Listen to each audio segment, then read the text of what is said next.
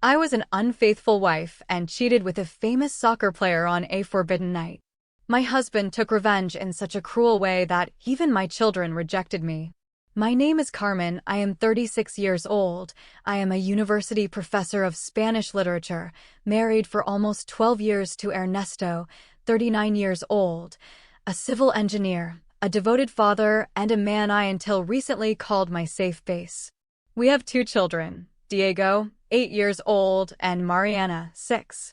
Our life was stable, surrounded by family dinners, laughter in the yard, and pancake breakfasts on Sundays. At least, that is how everyone saw it from the outside. What nobody knew, and perhaps I did not even want to see, was that something inside me had started to rot in silence. I smiled in the photos, but I felt absent, erased, as if my existence had become a beautiful but ignored wallpaper. That Valentine's weekend, we left the children at my in-laws' house and planned to enjoy some time just the two of us. Ernesto prepared our favorite wine, lit candles, and put on music that we used to listen to when we were dating. Everything was technically perfect, but I was distant. I could no longer feel the warmth of his presence or those butterflies in my stomach from years ago. I felt guilty for it, guilt for not being complete, but at the same time a subtle anger consumed me for him not noticing, for not asking, for always finding me there, available and constant, like a piece of furniture in the living room. The next night, we went to a party with friends at a well-known club in Guadalajara. I wore a tight dress that I had not worn in a long time, and I received compliments, even from Ernesto, who looked at me as if he were rediscovering me. "You look so beautiful," he said with a sweet smile. I wanted to believe it at that moment. I wanted it to be the beginning of a reconnection, but deep down I knew that something was about to happen, something that perhaps I had already wished for even without admitting it. It was there that I saw him for the first time, Alejandro Montero, 33 years old, a forward for the regional team, known for his reputation as a womanizer and his controversial interviews. Alejandro was accompanied by other athletes and personalities from the city. I should not have looked twice, but I looked, and he did too. That was a lightning bolt from the sky. It was not just attraction. It was as if for a moment I had returned to existence. I was seen, desired. I was no longer just the mother of my children or the predictable wife of a good man. I was a woman, and that destroyed me even before any kiss occurred. Ernesto was distracted with his friends, and I was absorbed by that look, by that magnetism, and when I realized it, I was further away than I imagined. Dahlia, my best friend, laughed softly and said, "You deserve a night of your own." The truth is that I knew what I was doing. Every step toward that private box, every sip of champagne, every joke exchanged with Alejandro, everything was conscious. The adrenaline was almost intoxicating. I felt alive again, for the first time in a long time. I felt as if I were in a movie where I was the protagonist, not the mother, not the wife, not the tutor, just me. And that was enough for me to ignore any hint of ethics, any weight of consequence. When I realized it, we were alone. He touched me as if I were made of gold and danger at the same time. It was only one night, but it was the night that buried everything I had built with Ernesto. I arrived home the next day with my makeup smeared and my heart shattered. Ernesto was still sleeping with the tranquility of someone who fully trusts the woman he loves. I felt like screaming. How could he not have noticed? How could he have let me escape like that? And, at the same time, how could I be so cowardly? My body was still trembling, and I did not know if it was from pleasure or from guilt. I only know that at that moment the Carmen from before no longer existed, and I had no idea how high the price I would pay for crossing that line would be. Everything inside me was already collapsing. It was just a matter of time before the world noticed. Everyone said we were an enviable couple. Do you know that type of family from the margarine commercial? That was us. Two polite and smiling children, a big house in a safe neighborhood, trips every long weekend, dinners with friends where everyone would say, "You are made for each other." But behind the varnish there were cracks so deep that only those inside could hear them. Ernesto was affectionate, yes, he was present, but over time it turned into routine, and the routine was swallowing me alive. I did not just want stability, I wanted intensity. The special night that Ernesto prepared was full of good intentions. He had reserved our favorite table at the restaurant where we celebrated our engagement years ago. He bought an expensive wine. He ordered my favorite dish, and he even brought a bracelet as a gift, one of those with a charm representing each family member. "So you remember us every time you look in the mirror," he said, smiling tenderly. And I smiled back. On the outside. Inside, I was screaming. It was not a reminder I needed, it was to be new, to be looked at differently, not as the mother of his children, but as a woman. I wore a dark blue dress that I bought in secret just for that night. He had never seen it, and when he saw me dressed up, he let out a sincere "wow," with his eyes shining with admiration. I felt beautiful, but still empty. That praise, that reverence, no longer filled me as it used to. And it was there, between one toast and another, that Alejandro appeared again.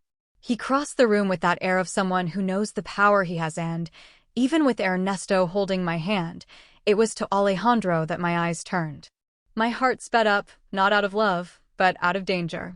At that moment, everything I had represented alongside Ernesto for more than a decade began to crumble like wet silk.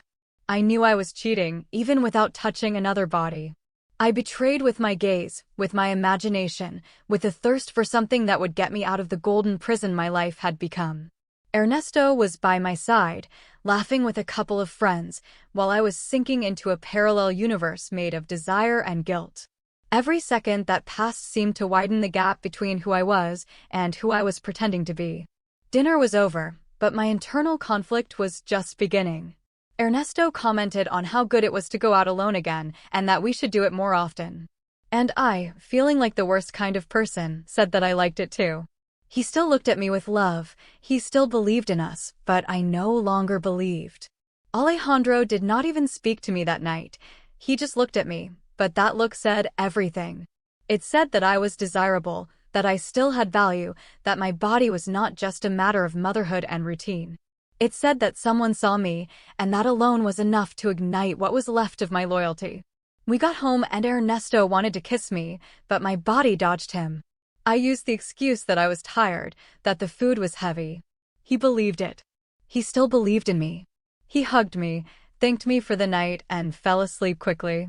And I stayed there, in the darkness of our room, looking at the ceiling as if it could give me answers. I knew that everything was about to fall apart.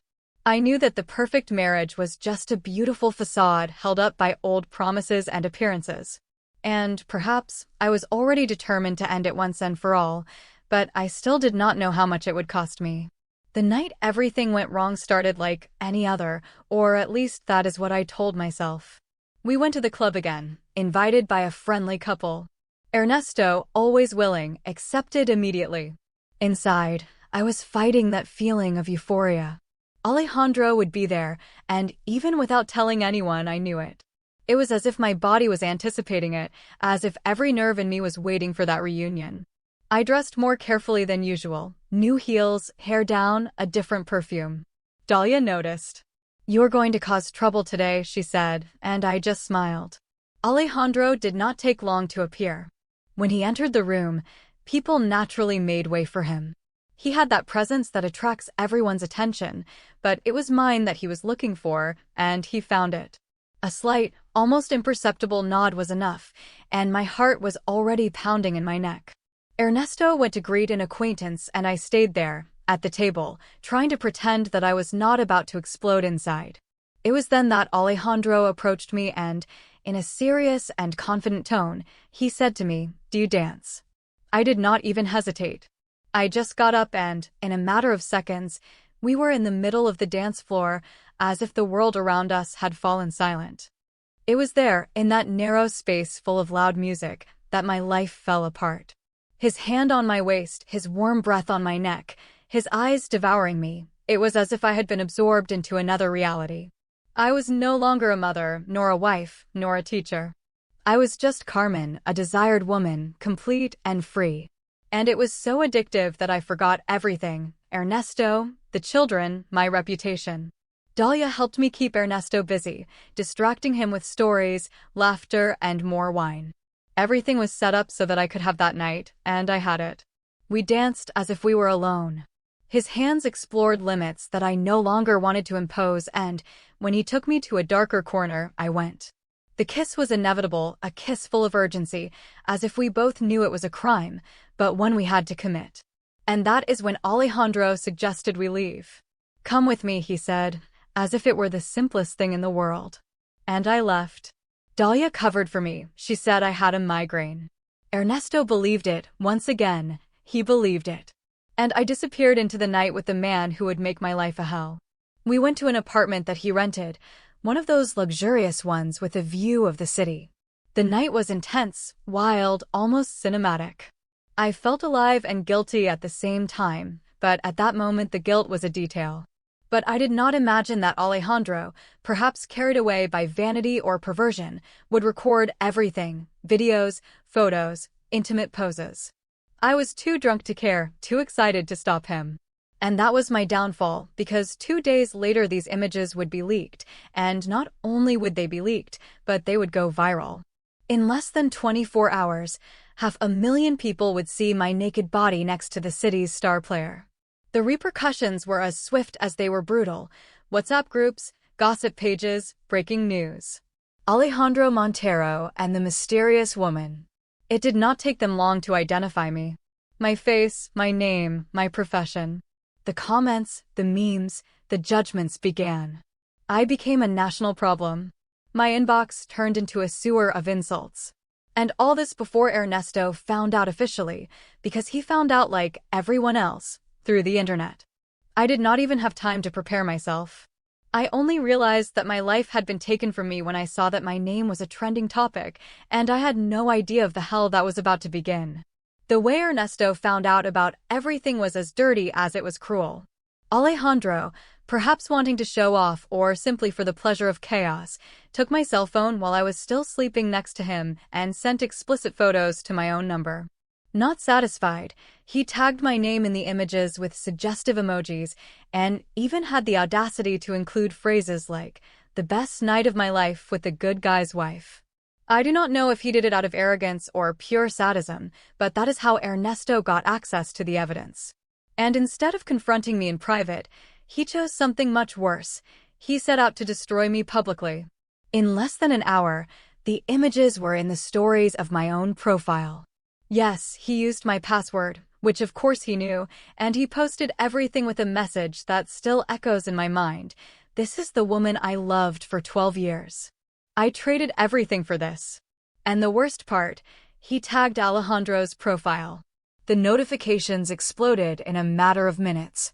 Dozens of screenshots began to circulate. Mutual friends called, sent confused messages, some in shock, others furious. And Ernesto just sent me a dry, 9-second audio message: "Do not come home. You are dead to me." The greatest humiliation was the next day. The local newspaper, the same one that once wrote an article about our model family, had this on its cover: "New achievement for star Alejandro, wife of a respected businessman," with a photo of me from behind, naked, looking out at the balcony. My students saw it. My coworkers saw it. The parents of my children's friends saw it. They called me a luxury chick, a homewrecker, a shame for the city. And while I was trying to understand what was happening, Ernesto fanned the flames. He sent the complete file to gossip blogs, school parent groups, and relatives. No one was spared from my shame. In 48 hours, my life turned to dust. I was fired from the university on indefinite leave. Dahlia disappeared. She did not even answer my calls. My follower count plummeted and my name became synonymous with mockery in online forums. People I did not even know sent me messages telling me I should kill myself. And the worst part is that some of them came from my old friends. One of them, who was a bridesmaid at my wedding, commented publicly, "I always knew she was too fake to be faithful." My world was falling apart and I had nowhere to run. Alejandro disappeared. He made no statement. He did not defend me. He just liked a few posts in which they called him an alpha male and disappeared from the spotlight for a few days. Everything was on my shoulders: the weight, the scandal, the exposure. Ernesto, for his part, fed on the pain. He updated his status with phrases like, "The truth will set you free," and "better alone than betrayed." And each new post of his became fuel for the public fire that was burning me alive. I spent days locked in a room rented by a distant acquaintance. I barely ate. I barely slept. I just read and reread the comments. Each one of them was another stab in the back. It was in this state that I realized the true magnitude of the tragedy I had caused. The betrayal was just the trigger. The massacre was public, calculated, and relentless. Ernesto, the man I betrayed, has become a vigilante in the eyes of the city, and I, the unfaithful wife, became a symbol of shame. There was no turning back. There was no way to erase the images. There was no way to apologize to everyone who saw my body, my fall, my shame exposed as a trophy of revenge. And yet, the worst was yet to come. Ernesto did not just want to expose me, he wanted to erase me. A few hours after the scandal broke, he came to our house, gathered all my clothes, even my underwear, put them in black garbage bags and put them in the trunk of my car. He locked the garage with another padlock and, when I tried to get my things, he had already changed all the passwords, email, bank, Netflix, even the children's school app. In the kitchen sink, where we used to prepare breakfast together, he broke all our personalized mugs. Even the frame with our wedding photo was left on the floor, smashed to pieces. In the bathroom, where we had so many times shared toothbrushes and silent showers, he urinated in the toilet and threw our rings in. He told the maid to take a picture and send it to the family group. I saw the image minutes later. Above the sink, a note in large letters. Here lies what I call love. And as if that were not enough, he invaded my social media profile again and posted a cold and cruel phrase. I traded my idiot husband for a night with a celebrity. Was it worth it? The caption went viral. Comments mocking me, making fun of me, sharing with laughing emojis. My face became a sticker. I was practically kicked out of all the family groups. Even my mom blocked me. My uncles, who used to say that Ernesto was a saint, now called me sick and ungrateful. My friends from college cut all contact. Some students even recorded videos reacting to my legendary betrayal, as they called it. I became afraid to go out on the street. I wore sunglasses and a cap, as if that could hide what everyone already knew.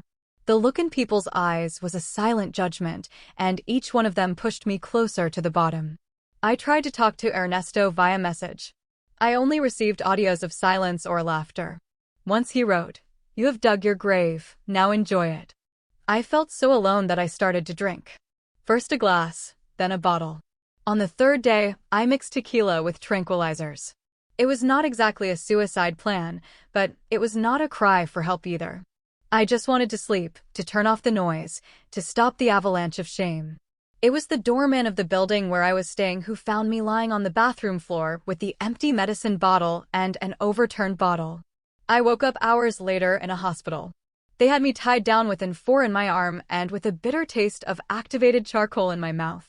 The nurse looked at me with pity, but without empathy, as if she had seen cases like mine dozens of times. The doctor asked me if I wanted to kill myself. I could only say, I do not know, because I really did not know. It was not a matter of dying, it was a total lack of desire to continue living. At that moment, for the first time, I understood what emotional death was, because my life, the one I knew, was already dead, and I was just the body wandering around. Ernesto did not even come to see me. He had a cousin sign the hospital documents and pay the bill with our card, one of the only accesses that had not yet been blocked, perhaps out of carelessness, perhaps ironically. The cousin just told me, "He told you to remember that this was your choice." After that, I returned to the hotel room. I looked at the suitcase with my crumpled clothes, the cell phone with 1,000 notifications that I did not want to open, and I thought, hell is not a place. This was it. It was being conscious, alive, but crushed inside. And yet, I had no idea that Ernesto was not finished.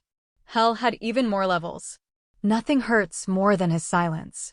When I finally had the courage to try to see Diego and Mariana, after days away and hospitalized, I went to my in-laws' house. Ernesto was already living there with both of them. I took a bag with toys, some books, and an old photo album. I did not know how to start, I just wanted to see them. Mariana was the first to appear. She was holding the teddy bear she had received for her 5th birthday, but she was not smiling. She looked at me as if she were looking at a stranger, and when I opened my arms to hug her, she simply asked, "Mommy, why did you kiss another boy if Daddy is your husband?" That question pierced me. It was simple, direct, impossible to answer. I froze. I tried to smile, I tried to hide it. I said it was a mistake and that Mommy still loved her very much, but Mariana just turned around and ran inside. Diego did not even leave the room. I later found out that he hid under the bed. Ernesto appeared shortly after.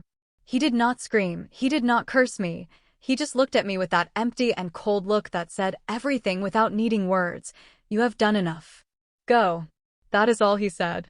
My in-laws were on the porch, and when I tried to explain myself, my mother-in-law spat on the ground and said, "You are dead to this family." I walked back to the car with trembling hands.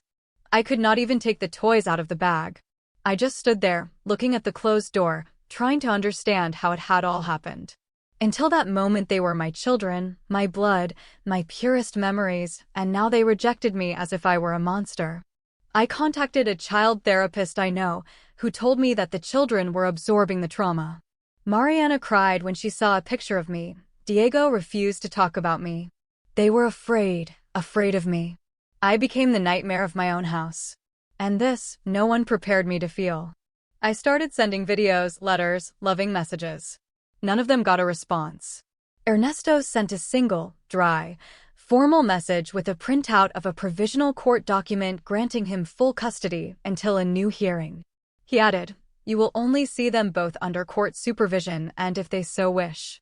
What hurt me the most was not the coldness, it was the final condition, if they wish. And they did not wish. How can you convince a child that the mother everyone calls a slut is still worthy of love? I could not, and Ernesto knew it. That was the cruelest punishment, to exclude me without having to raise his voice. The city continued to turn its back on me, and this was reflected in my children. The mothers at school talked, the fathers commented. Mariana started having crying fits when she heard my name. Diego stopped talking for weeks. They told me he only communicated with gestures and drawings. And still, Ernesto did not blame me openly.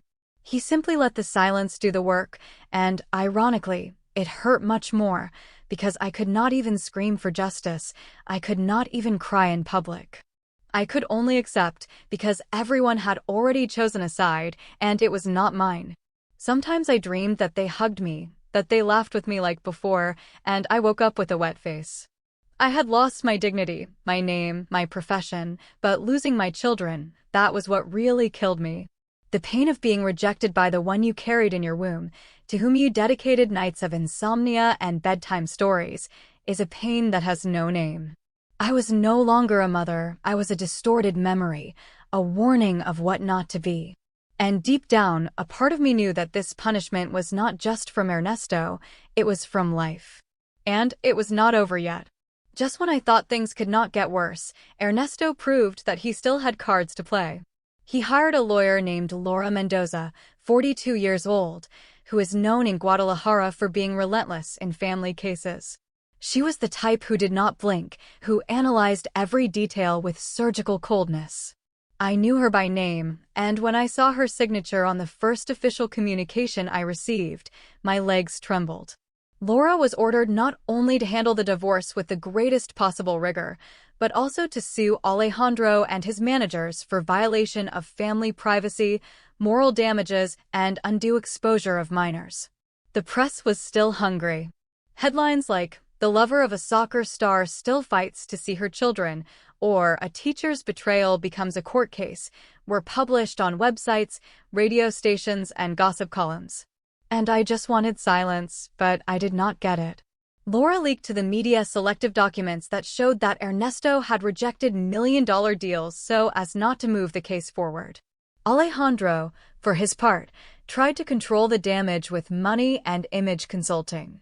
His representatives went so far as to offer lifetime tickets to games, promotional activities, sponsorship of children, and even a new car for Ernesto in exchange for discretion and an amicable conclusion of the process.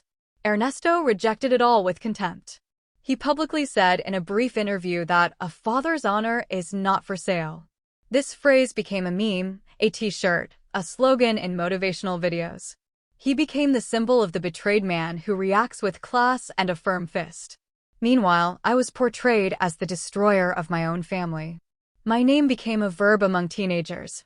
You are not going to pull a Carmen, are you? At school, Mariana cried when a classmate showed her a meme of me on her cell phone. The teacher called Ernesto, who had to move them both to another school. And each change further reinforced the narrative, the monster mother versus the hero father. Laura went further. She requested a court order to prohibit me from appearing on social media with any mention of the children. I was silenced. I could only post about myself and, even then, with judicial supervision. Even my attempt to return to the university was blocked. An anonymous letter was sent to the council with screenshots of the leaked images. Result: my return has been postponed indefinitely. Ernesto, however, seemed to be more and more in control. He appeared at charity events, accompanied by his children, posing as an example of overcoming adversity. Meanwhile, I cried alone in a rented apartment, reading the lawsuits that kept coming. The case against Alejandro became a media spectacle. It was the first time in years that his image was truly tarnished. His sponsors began to pull away. A sports brand suspended the contract, arguing that it does not approve of behavior that is detrimental to family integrity. And still, he did not look for me. Not a word, not even to apologize. Everyone left me behind, even the man who helped destroy everything with me. Ernesto knew it, and he did not stop. He wanted Alejandro to pay, but even more, he wanted me to reign and suffer. By the end of that month, I could no longer leave the house without being recognized. The press camped out in front of the building. Ernesto gained followers by the thousands. His videos with his children went viral. "Single father overcomes betrayal and rebuilds his life" was the most recent headline on a national portal. Justice was not blind. She simply had her sword at my throat, and I felt that Laura, Ernesto, and the whole world were ready to give it a twist at any moment. But there was still one more act in this tragedy, and it came with the sound of clashing iron and cries of fury. Alejandro's final fall was as dramatic as it was swift. After weeks of exposure, the lawsuit, the loss of contracts, and increasingly cruel headlines, he lost control. He called me for the first time since the scandal, drunk, aggressive, reckless. He screamed that I had gotten him into this situation, that it had all been my fault, that I had to resolve this with Ernesto before he resolved it with his fists. I hung up immediately, trembling. I sent a message to Ernesto, warning him that Alejandro was out of control. Not as a warning, but as someone trying to minimize the blame. Ernesto did not even respond. And that night, everything fell apart. According to reports I saw later, Alejandro appeared at my in-laws' house completely distraught. He honked the horn until the door was opened. He knocked down the main entrance and began to scream. He said that Ernesto was weak, that he ruined his career, that he used me and then destroyed everything out of a thirst for revenge. Ernesto, seeing the man who ruined his life inside the room, exploded. They confronted each other, but Alejandro was a much stronger athlete. He pushed Ernesto against the wall and tried to suffocate him. And it was then that Ernesto, out of pure instinct, grabbed an iron skillet from the kitchen and dealt him a single blow to the head. Alejandro fell immediately, blood on the floor. The silence was immediate. Mariana, who was upstairs, began to scream. Diego locked himself in the room. My mother-in-law called the police while Ernesto tried to provide first aid. When the officers arrived, Alejandro was still breathing, but he had fractures in his skull and collarbone. He was taken directly to the hospital under escort. Ernesto was handcuffed right there, in front of his children, parents, and curious neighbors who began to film. The video went viral and, for the first time, the internet was divided. Some called Ernesto a hero, others a criminal. The preliminary hearing was set for 2 days later, but the security cameras in the house and the testimonies of my mother-in-law and my children were decisive. It was proven that Ernesto acted in self-defense. The prosecutor did not proceed with the charges. Alejandro, for his part, was charged with breaking and entering, attempted assault, and disturbing the peace. The league suspended him from the team indefinitely, sponsors cut ties. The star made headlines for being a failed attacker and no longer being the idol he once was. And I was pushed even further into the abyss, because now the blame for everything also fell on me. It was because of her. This was the most heard phrase in the comments on social media. All this happened because that woman destroyed 2 men. Even Alejandro's fans began to attack me. They said I drove him crazy, that I was toxic, a fifth-rate femme fatale. Neither of them wanted to see me anymore. One hospitalized and prosecuted. The other colder than ever. I was the link that connected their ruin, and everyone seemed to forget that behind that avalanche of scandals there was a woman curled up in a corner, without a voice, without love or support. It was then that I understood Ernesto's revenge. It was not just public, it was personal. He made me lose everything, even the man with whom I destroyed my family, even the children, even my own identity. I was no longer Carmen, the teacher, Carmen, the wife either. Not even Carmen, the lover. I was just the living reminder of what happens when someone chooses to destroy their life for a night of desire. And fate, as cruel as it can be, was not finished. There was still one last door through which I had to be thrown, and when that happened, I would understand the true meaning of exile. It was a cloudy morning, a few days after the scandal with Alejandro, that I decided to try one more time.